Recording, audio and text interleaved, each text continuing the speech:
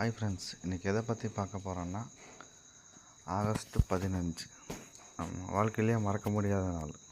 சென்னையில் உள்ள Saint George கோட்டைக்குள்ளே 100 வருஷமாக பழமையான அருங்காட்சியகத்தின் உடைமைகளும் மற்றும் பழமையான மூவர்ண கொடி இருக்குது ஃப்ரெண்ட்ஸ். 1947 ஆகஸ்ட் 15 இந்தியா விடுதலை அடைஞ்சு சுமார் 25 வருஷம் ஆயிடுச்சு. 12 மார்ச் 2021 இருந்து